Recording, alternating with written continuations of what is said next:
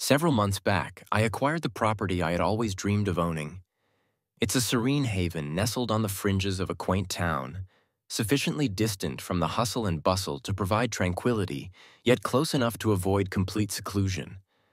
My home is perched atop a hill, accessible via a lengthy private driveway that meanders through the surrounding woods. By private, I truly mean private. The property is entirely mine, maintained by me, and clearly marked with a large private property sign at the entrance. This clarity was a major factor in my decision to purchase the land. I wanted something different from the typical suburban dead-end street filled with identical houses and an intrusive homeowners association, HOA, constantly monitoring my activities. When I first encountered Laura, who I'll refer to as Laura from here forward, she presented herself as the quintessential friendly neighbor. About a week after settling in, she visited me with a plate of cookies and a broad, somewhat rehearsed smile. You know the type, the smile that seems a tad too wide and slightly forced. "I just wanted to welcome you to the neighborhood," she said cheerfully. "I'm Laura, the HOA president. Let me know if you ever need anything." I responded politely, thanking her for the cookies, which were clearly store-bought and a bit stale, and engaged in some light conversation for a few minutes. Laura was quite inquisitive, asking about my job, my reasons for choosing this area, and whether I lived alone. At the time, I didn't find it particularly unusual. People in small towns tend to be curious, don't they?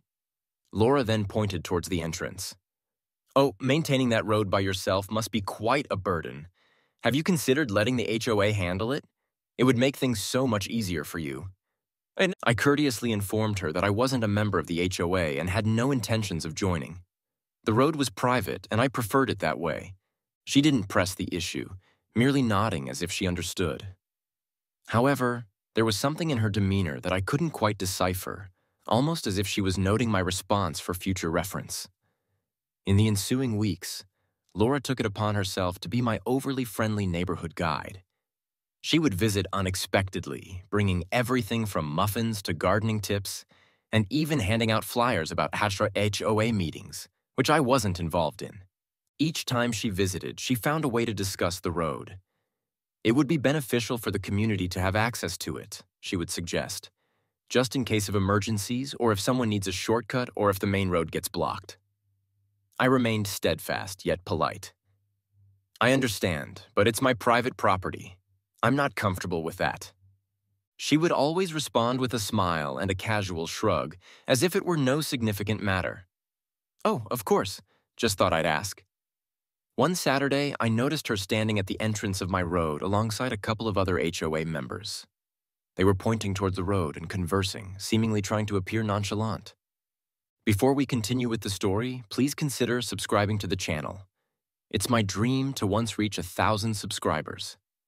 Hope you can help me reach this dream. Now back to the story.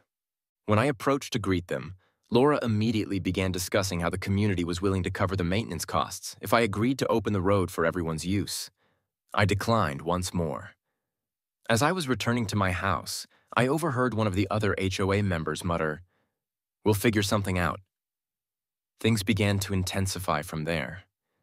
Initially, I found a letter in my mailbox from the HOA, despite not being a member. It wasn't official, just a typed request urging me to reconsider granting easement rights to the community for everyone's benefit. I discarded it. Subsequently, more HOA members were seen loitering near my property. One individual even had the nerve to drive into my driveway and then reverse, lingering for about 5 minutes, eyeing my house as if evaluating it. The breaking point arrived when Laura visited again, this time with a noticeably less friendly tone. "Michael," she addressed me, her voice sweet yet tinged with something sharper. "I really think you should reconsider.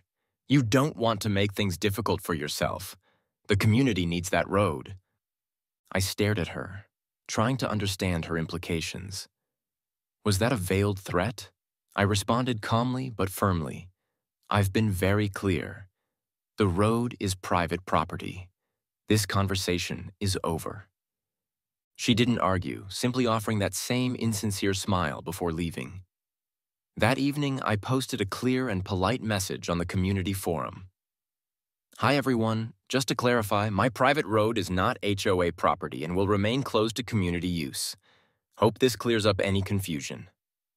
I anticipated a few appreciative comments or perhaps some opposition, but what followed was unexpected. The comment section erupted. While some supported my stance, others reacted negatively. Wow, way to be selfish. This guy clearly doesn't care about anyone but himself. Why move here if you don't want to be part of the community? And, unsurprisingly, Laura added a passive-aggressive remark. While we respect Michael's decision, it's disappointing that he doesn't see the value in working together for everyone's benefit. We hope he reconsiders. I thought that would conclude the matter. I had made my position clear, and there was nothing more to add. However, strange occurrences began to surface. A car would park just outside my road's entrance for extended periods. Groups of children would ride their bikes up and down my driveway when I wasn't home. And recently, I discovered orange spray paint markings at the end of my road. Arrows, lines, and what appeared to be measurements. It became evident that Laura and her HOA colleagues were not going to let this go easily. After my forum post affirming the road's private status, I believed the issue would resolve, but the spray paint incidents proved otherwise. The following week brought more inexplicable inconveniences. Initially, my trash collection was disrupted. When I contacted the company, I learned they had been informed that my property was outside the HOA's jurisdiction. I was perplexed. The representative, Pamela from the HOA, casually mentioned that this was standard procedure. I had to provide official documents proving my property was never part of the HOA. They understood, but the situation left me feeling unsettled. Why was Laura interfering with my affairs, and to what extent would she go?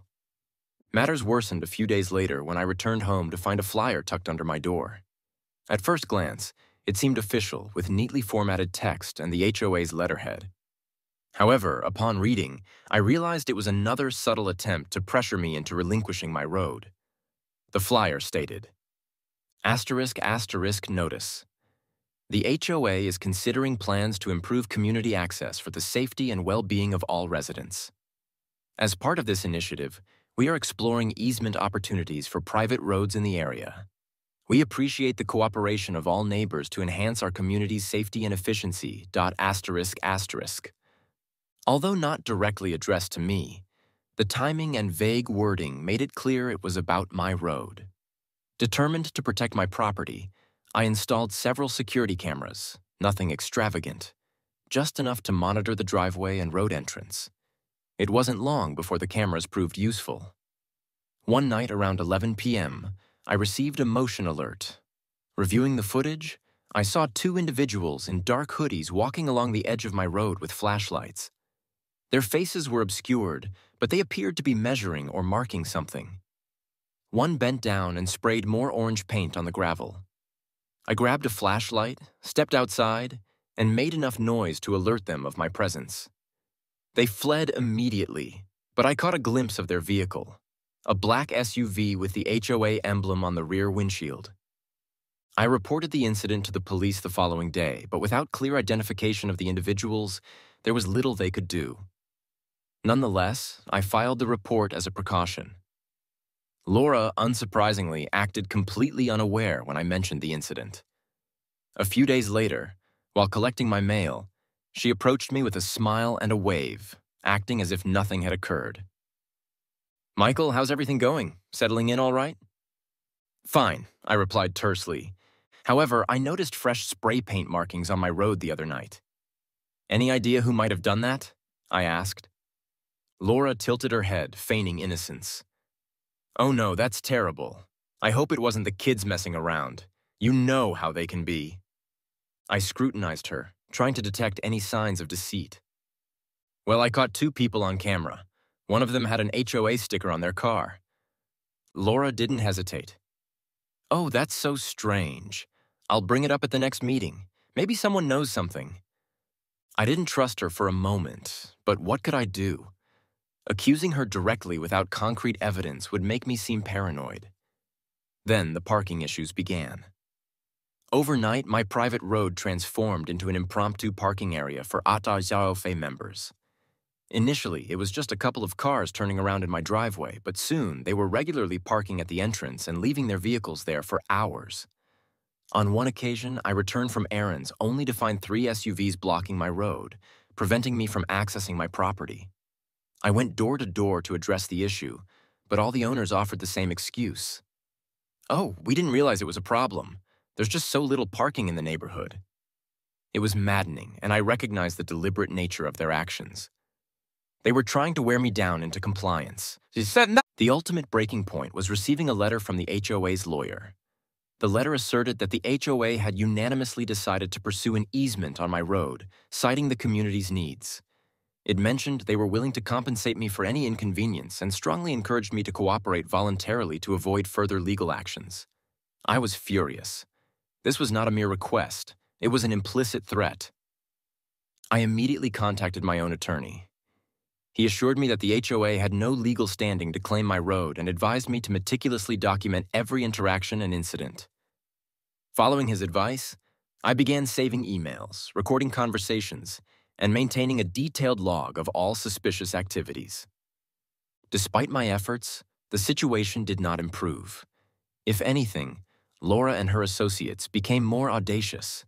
Just last week, I noticed stakes and flags placed along the side of my road suggesting imminent construction. When I confronted Laura about it, she dismissed it with a laugh. "Oh, those must be a mistake.